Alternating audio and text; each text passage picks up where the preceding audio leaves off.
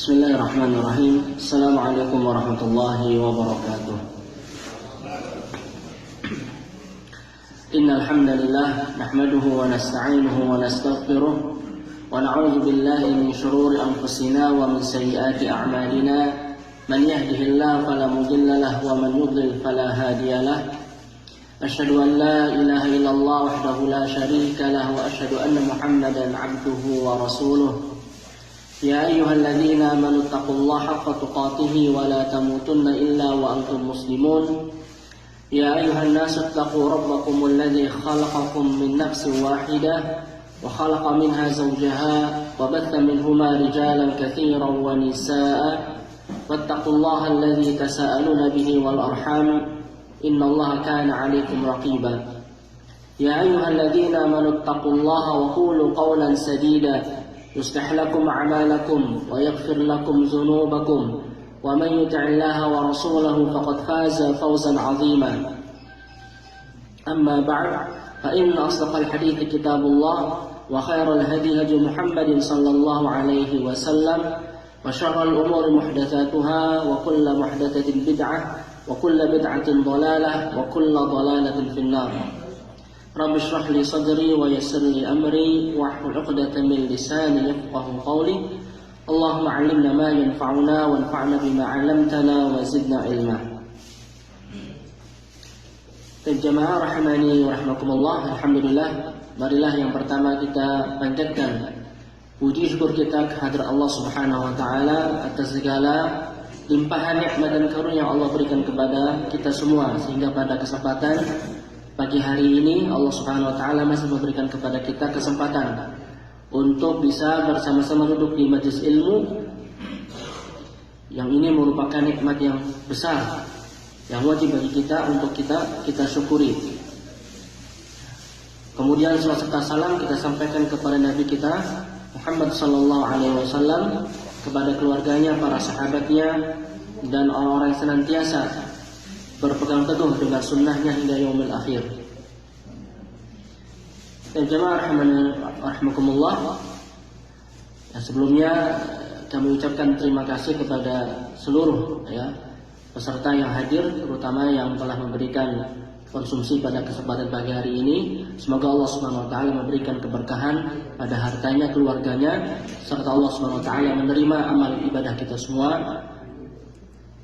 dan menjadi pemberat amal kebaikan pada hari kiamat. Dan jamaah rahimani warahmatullah, Imam Al-Qayyim rahimahullah mengatakan, man 'arafa Allah bi asma'ihi wa sifatihi wa af'alihi ahabbahu la mahalata. Barang siapa yang mengenal Allah Subhanahu wa taala, dengan apa mengenal Allah Subhanahu wa taala? Bi asma'ihi wa sifatihi wa af'alihi, dengan nama-namanya, sifat-sifatnya dan perbuatan-perbuatannya. Ahabbahu la mahalata, maka niscaya akan mencintai Allah Subhanahu wa taala la mahalata. Tidak bisa tidak. Artinya dengan seseorang mempelajari, mengenal nama-nama Allah Subhanahu wa taala melalui mempelajari nama-nama Allah, sifat-sifatnya serta perbuatannya, akan menimbulkan, akan menghasilkan, membuahkan kecintaan kepada Allah Subhanahu wa taala. Maka semakin dia mengenal Allah, maka dia akan semakin cinta kepada Allah Subhanahu wa taala. Dan inilah sifat seorang mukmin, dia sangat cinta kepada Allah Subhanahu wa taala. Walladzina amanu asyaddu hubban lillah. Orang yang beriman itu sangat cinta kepada Allah Subhanahu wa taala. Dan insyaallah pada kesempatan pagi hari ini kita kembali lanjutkan kajian kita berkaitan tentang fikih Asmaul Husna, yang mana pada kesempatan yang lalu kita telah mengkaji nama Asmaul Husna yang pertama, yaitu Allah. Itu merupakan nama Asmaul Husna yang teragung, di mana Allah Subhanahu wa taala sebutkan kalimat Allah atau nama Allah begitu banyak dalam Al-Qur'an. Yang intinya makna dari nama Allah atau nama Asmaul Husna, lafaz Allah adalah apa? Zul uluhiyah wal ubudiyah ala khalqihi ajma'in. Ya. Allah adalah zul uluhiyah, yang memiliki uluhiyah, ketuhanan, wal ubudiyah atas seluruh makhluknya. Ini makna dari nama Allah. Ya, kita lanjutkan pada kesempatan ini. Nama berikutnya yaitu Ar-Rabb. Ya, nama Allah Subhanahu wa taala Ar-Rabb. Kalau kita baca dalam Al-Quran, kalimat atau kata Rabb banyak tidak disebutkan dalam Al-Quran? Banyak. Ya, dalam surah Al-Fatihah juga disebutkan. Alhamdulillahi Rabbil Alamin. Rabb. Ya. Disebutkan banyak dalam Al-Quran kalimat Rabb, ya, baik dalam konteks yang bermacam-macam. Ya. Bahkan disebutkan di sini oleh penulis Syekh Abdul Razak hafizahullah, kurang lebih 500 kali, ya, 500 kali disebutkan kalimat Ar-Rabb atau lafaz Ar-Rabb. Di antara surah Al-Fatihah, Alhamdulillahi Rabbil Alamin, segala puji bagi Allah, Rabb semesta alam. Kemudian dalam surat Al-An'am, Allah Subhanahu wa taala firman, "Qul inna salati wa nusuki wa mahyaya wa mamati lillahi Rabbil Alamin." Katakanlah sesungguhnya salatku dan nusuk, nusuk adalah sini sembelihan, wa mahyaya dan kehidupan, wa mamati dan matiku untuk siapa? Lillahi Rabbil Alamin, hanya bagi Allah Subhanahu wa taala, Rabb semesta alam. Begitu juga dalam surat Al-An'am, ya, ayat berikutnya, ya, qul aghairallahi abghi rabban wa huwa rabbu kulli syai'.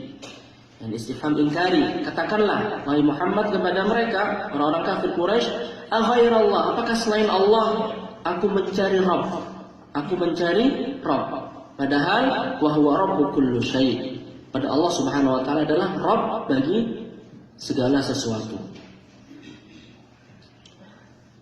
Dan juga dalam surat Takwir ayat 29 Allah Subhanahu wa taala firman, wa ma tasyauna illa an yasha Allahu Rabbul Alamin. Dan tidaklah kalian berkehendak kecuali apa yang dikehendaki oleh Allah Subhanahu wa taala, Rabb semesta alam. Dan juga dalam surat Yasin ayat 58 Allah SWT firman, salamun qawlan mir rabbir rahim.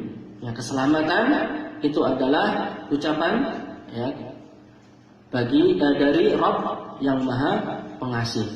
Ya, ini nanti ketika penduduk surga telah masuk ke dalam surga, ya, maka Allah Subhanahu wa taala yang memberikan keselamatan bagi mereka penduduk surga. Salamun qawlan mir rabbir rahim. Ya, ini beberapa contoh, ya, kalimat Rabb atau nama Rabb yang disebutkan dalam Al-Quran, dan tentunya masih banyak lagi contoh-contoh yang lain. Kemudian makna dari Rabb, ya, kalimat Rabb, ya, maknanya adalah dzurrububiyyah ala khalqihi ajma'in, khalqan wa mulkan wa tasarrufan wa tadbiran. Wa huwa min al-asma'i dalla ala jumlati ma'anin la ala ma'nan wahid.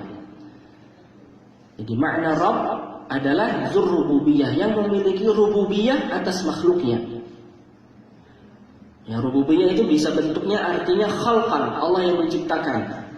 Wa mulkan, semuanya makhluk adalah kekuasaan milik Allah Subhanahu wa taala. Wa tasarrufan, dan Allah Subhanahu wa taala yang memiliki kekuasaan untuk, ya, tasarruf, ya, memerintahkan atau mengatur. Wa tadbiran. Maka, ya, kalimat Rabb itu memiliki makna yang banyak, tidak hanya memiliki makna satu. Ya. Kemudian disebutkan di sini perkataan Imam Ibnu Jarir Tabari rahimahullah, makna atau kalimat Rabb dalam bahasa Arab. Ya, makna Rabb dalam bahasa Arab disebutkan, ya, dalam bahasa Arab, ya, contohnya penggunaan kalimat Rabb, kata Rabb.